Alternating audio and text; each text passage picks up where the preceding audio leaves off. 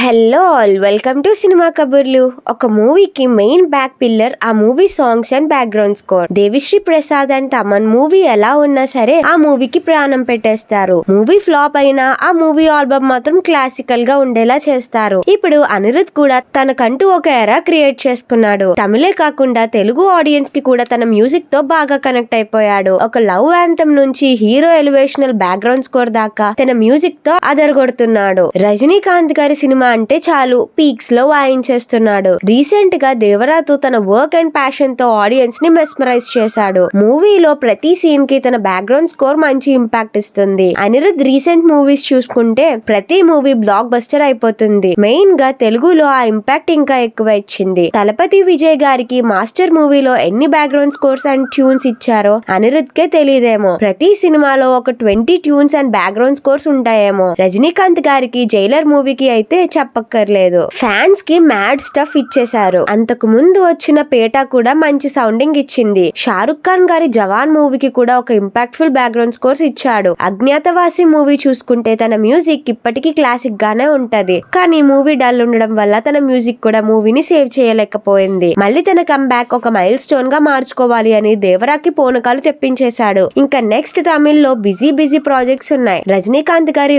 వెట్టయాన్, కూలీ ఇంకా చాలా ప్రాజెక్ట్స్ తో బిజీగా ఉన్నాడు. విక్రమ్ మూవీకి తన మ్యూజిక్ ఆ డార్క్ థీమ్ కి పర్ఫెక్ట్ గా కనెక్ట్ అయ్యి మూవీ బ్లాక్ బస్టర్ అయ్యేలా చేశాడు. లియో మూవీకి కూడా హాలీవుడ్ రేంజ్ లో మ్యూజిక్ ఇచ్చాడు. ఇలాంటి చాలా మూవీస్ తన లిస్ట్ లో బ్లాక్ బస్టర్ ఆల్బమ్స్ గా స్టాంప్ అయిపోయాయి. ప్రెసెంట్ అయితే ఆడియన్స్ ఇంకా దేవర వైబ్ లోనే ఉన్నారు. సెకండ్ పార్ట్ కి ఇంకెలా కొడతాడో అని ఫ్యాన్స్ ఎక్సైటెడ్ గా చూస్తున్నారు. తెలుగు బిగ్గెస్ట్ ప్రాజెక్ట్స్ కి అనిరుద్ ని పికప్ చేసుకోమని తెలుగు ఆడియన్స్ డిమాండ్ చేస్తున్నారు. తన వోకల్స్ తో ఆడియన్స్ మ్యాడ్ అయిపోయేలా చేస్తున్నాడు. ప్రతి సాంగ్ లో తన వోకల్ వినిపిస్తే చాలు సాంగ్ బ్లాక్ బస్టర్ అయిపోతుంది. ఎక్కడ ఎలాంటి ఎలిమెంట్ వాడాలో ప్రతి పాటకి గ్రిప్ ఉండేలా చూసుకుంటూ సాంగ్ టు సాంగ్ కి మంచి ఇంపాక్ట్ క్రియేట్ చేస్తున్నాడు. ముందు అనిరుద్ తెలుగు మూవీస్ కి గట్టిగానే హవా చేస్తాడు. అది మాత్రం పక్కా.